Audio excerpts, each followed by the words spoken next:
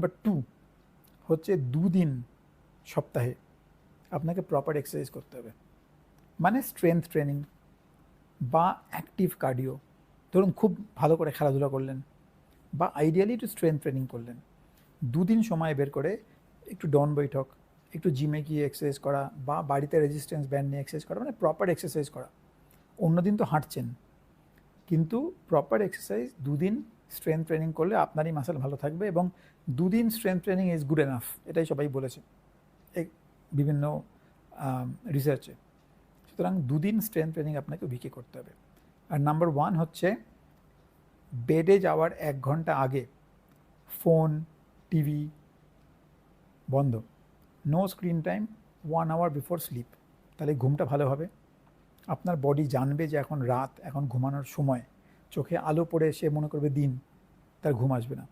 এবং রাতে ঘুম যদি ভালো না হয়, তাহলে পরের দিন সারাদিন আপনার মুড অফ, সারাদিন ক্লান্তি, সারাদিন কিছু করতে ইচ্ছা করছে না, আপনি ভালো থাকবেন না।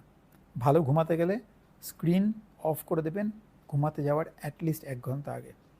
পারলে ব্রাইট লাইটও কমিয়ে দেবেন, লাইট অল্প করে একটু গান শুনলেন, একটু কথাবার্তা বললেন, একটু ঠান্ডা মাথায় ভাবলেন কী হলো সারাদিন, কী করব, কী ভালো